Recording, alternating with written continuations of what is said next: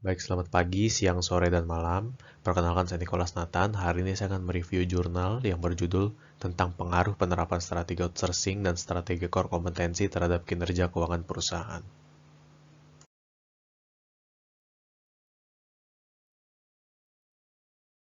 Nah, berkembangnya zaman diiringi dengan ketatnya persaingan dalam dunia bisnis.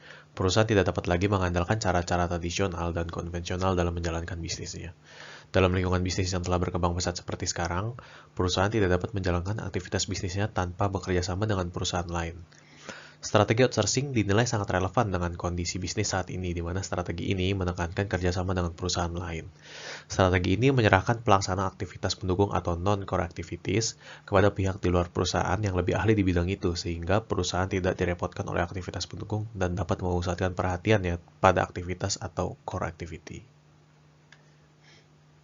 Lalu, agar dapat memberikan hasil yang maksimal, outsourcing sebaiknya dikombinasikan dengan strategi core kompetensi, yang artinya bersama dengan penerapan strategi outsourcing yang menyerahkan aktivitas pendukung ke pihak lain, perusahaan juga harus bertindak lebih maksimal dengan core kompetensi, yaitu dengan membangun dan mengembangkan kompetensi inti yang menjadi keunggulan perusahaan serta memfokuskan sumber dayanya untuk mencapai kompetensi tersebut.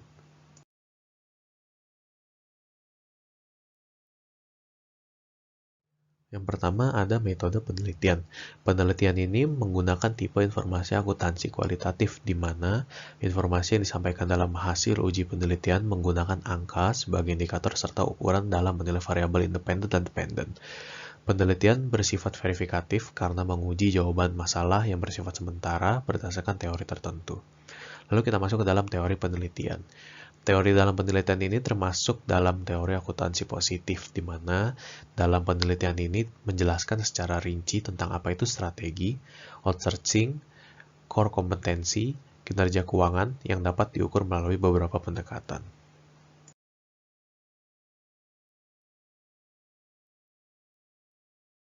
Nah, di dalam data penelitian ini terdapat dua jenis data yang berbeda, yaitu ada data primer dan data sekunder. Data primer digunakan untuk variabel independen, yaitu outsourcing dan core kompetensi, di mana data primer ini dikumpulkan melalui kuesioner dan wawancara langsung dengan responden, yang mana para responden penelitian ini adalah para wakil direktur pada semua bidang dan kepala bagian perencanaan strategis di setiap perusahaan.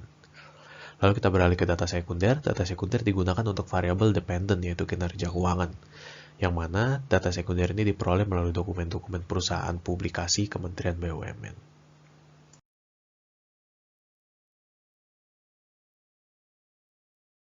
Nah, ini adalah hasil uji hipotesis pertama, di mana dalam hipotesis pertama ini, kinerja keuangan dibagi menjadi tiga komponen, yaitu ROE, ROA, dan NPM. ROE adalah Return of Equity, ROA adalah Return of Asset, dan NPM adalah Net Profit Margin. Nah, jadi pengujian ini dilakukan untuk mengetahui apakah variabel independen secara bersama-sama berpengaruh signifikan terhadap variabel dependen yang dilakukan dengan membandingkan nilai signifikasi dalam derajat kesalahan 0,05. Bisa dilihat bahwa ketiga nilai signifikasi lebih kecil dari 0,05, yang artinya penerapan strategi outsourcing dan core kompetensi secara bersama-sama berpengaruh signifikan terhadap kinerja keuangan perusahaan. Lalu kita masuk ke dalam hasil uji hipotesis kedua, di mana perbedaannya dengan hipotesis pertama, di kedua ini kita membandingkan variabel independen dan dependen secara parsial, di mana yang pertama tadi secara bersama-samaan, yang kedua ini secara parsial. Nah, pengujian ini dilakukan untuk mengetahui apakah variabel independen secara parsial atau sendiri-sendiri berpengaruh signifikan terhadap variabel dependen. Pengujian ini dilakukan dengan membandingkan nilai signifikasi dalam derajat kesalahan 0,05. Ya, dapat dilihat bahwa strategi outsourcing secara parsial berpengaruh signifikan terhadap kinerja keuangan ROE dan NPM, namun berpengaruh tidak signifikan terhadap kinerja keuangan ROA. Bisa dilihat bahwa nilai signifikasi di ROA pada kolom outsourcing berada di atas 0,05, yaitu 0,068.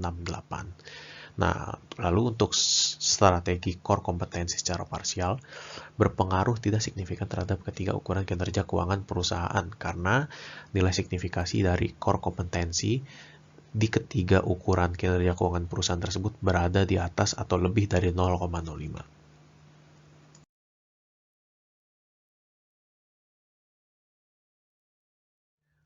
Lalu yang pertama kita bahas tentang implikasi atau dampak dari penelitian ini. Nah, perusahaan dapat memantapkan kembali penerapan strategi outsourcing dan core kompetensi sebagai salah satu strategi untuk meningkatkan kinerja keuangan. Penelitian ini memberikan perusahaan dua buah opsi yang dapat dipilih dan dipertimbangkan oleh perusahaan. Perusahaan dapat menjadikan hasil uji penelitian ini sebagai dasar untuk merancang kembali strategi perusahaan. Lalu kita beralih ke kekurangan dan kelebihan dari penelitian ini. Kekurangan dari penelitian ini adalah ada beberapa pengertian dari suatu komponen yang menggunakan bahasa Inggris secara keseluruhan, sehingga sulit menginterpretasikan apa yang dimaksud dari pengertian tersebut. Sementara kelebihan dari penelitian ini adalah apa yang dijabarkan oleh peneliti sangat singkat, jelas, dan padat, sehingga memudahkan pembaca untuk memahami isi penelitian secara keseluruhan.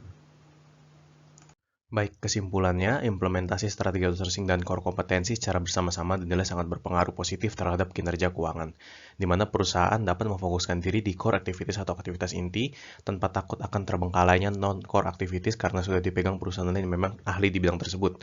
Selain itu, core kompetensi juga dinilai baik terhadap proses produksi serta output yang dihasilkan. Dengan mengembangkan dan mengevaluasi produk yang ada, perusahaan dapat mengantisipasi terjadinya kelusuan produk yang terjadi di masyarakat.